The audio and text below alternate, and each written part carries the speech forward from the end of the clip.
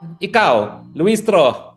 Oh, gulat nga ako na abogado ka. Hindi ko naman alam na abogado ka talaga.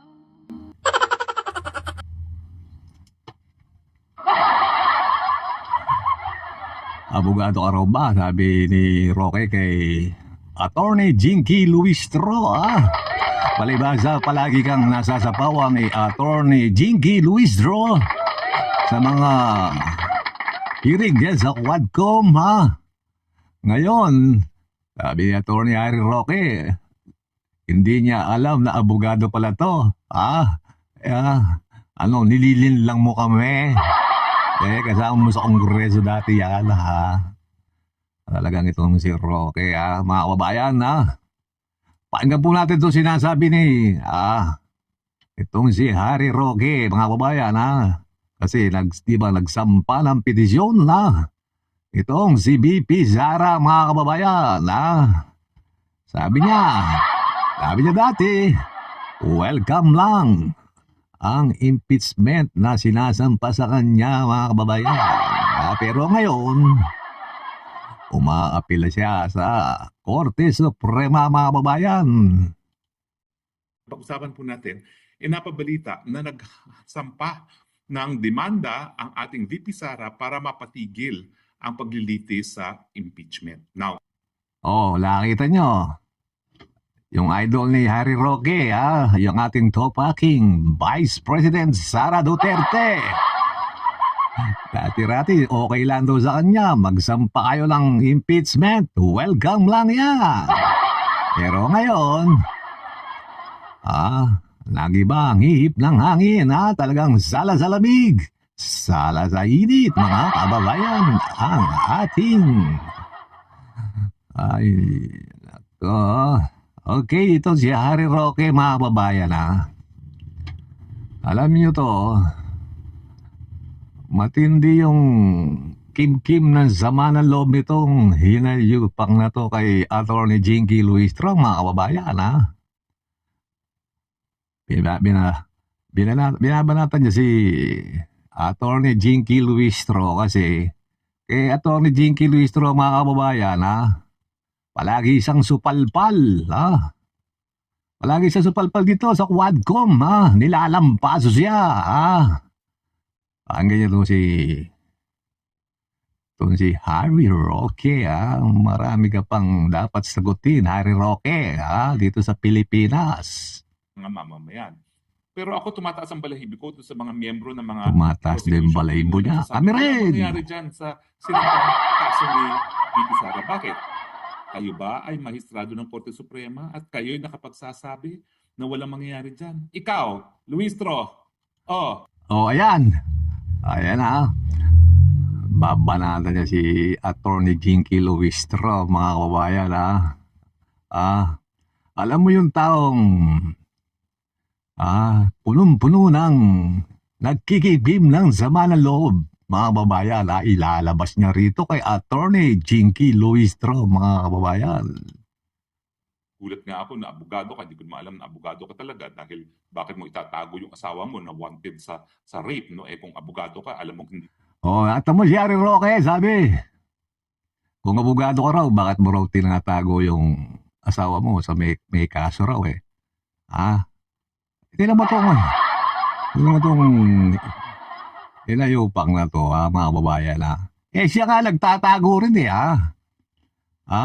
yung asawa niya nasaan? Pinapunta niya Singapore, pinapatawag sa Quadcom, nagtago rin, siya nasaan? Sa ibang bansa, lumangoy ang hinayupak, mga babayan, Akala ko malagaling na abogado tong si Atty. Harry Roque, mga kababayan, Yung sarili niya, hindi niya mapagtanggol, Tumakas, kinasuhan siya ng pakok, mga kababayan, Human trafficking, Ngayon, nasa siya? Tumakas ang nagtago ang putak siya.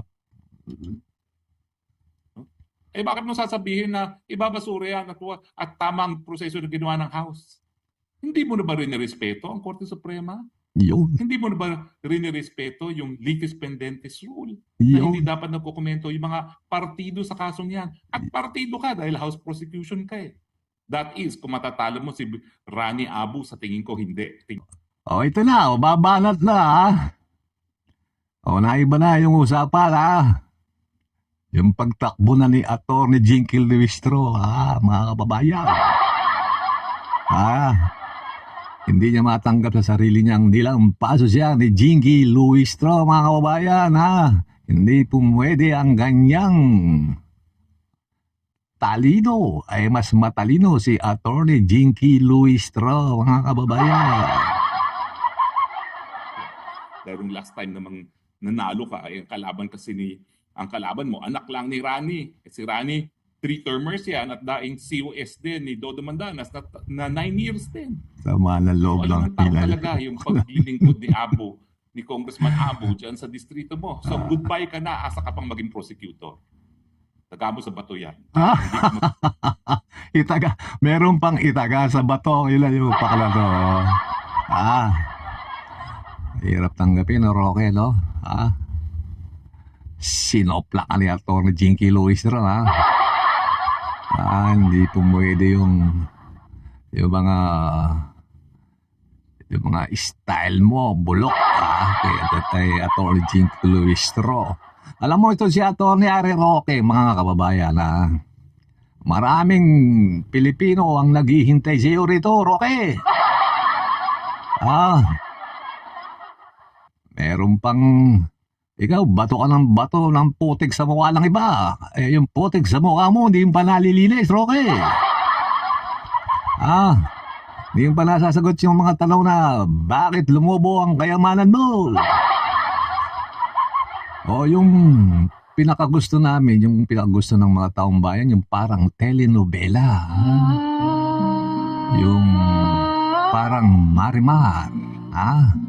Yung teleserye.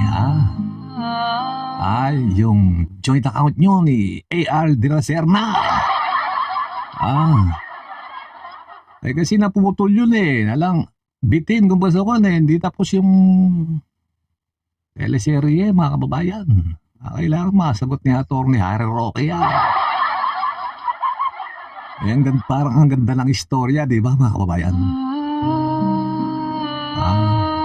Isa kang assistant at nag-aaral ka ng piloto. Isa kang estudyante. Tapos may joint account kayo ng boss mo. Hindi lang libo-libo. Milyon-milyon. Mga bayan, milyon-milyon laman. Di nga natin alam. Di na natapos kung magkano yung inaabot ng laman ng joint account nila. Mga babayan. Sabi nga ni Congressman ako pa, nagtataka siya. Dahil ang pagkakalam niya, pag meron kayong joint account, kayong dalawa ng asawa mo, meron kayong joint account. Kung di man asawa, yung anak mo, meron kayong joint account. Etong si Pogi, tsaka si Roque, may joint account, mga babayan. Okay, mga babayan. Hanggang dito na lamang po. Bahala kayo kung anong gusto nyong paniwalaan. Dahil malaya kayong mamili ng inyong paniniwalaan, mga babayan. Pero kami, aming mga botanteng,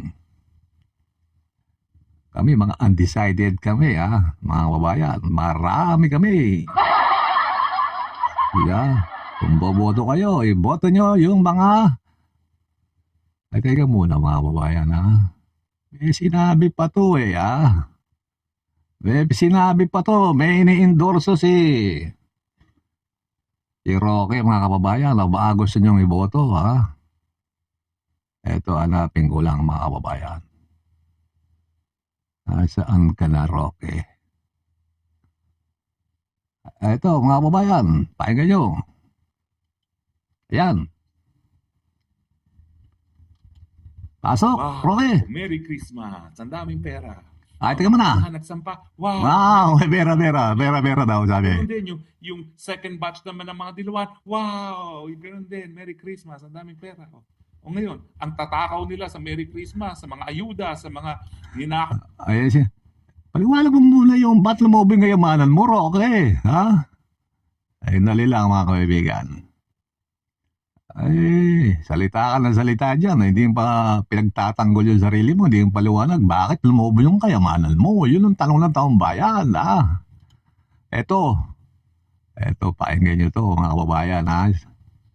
Yung paborito ni Harry Roqueng kandidato bilang senador. Inagagala ko po at karangalan ko na iendurso si Pastor Apollo Kibuloy Yun. para maging isang senador sa 20th Congress of the Philippines. Marami pong kadahilanan. Unang-una, nabalitaan nyo naman ang impeachment ni VP Sara ay sisimulan na Inendorso niya raw si Pastor Kibuloy, mga kababayan. Pag nanalo si Kibuloy, maniniwala na ako kay Atty. Harry Roque.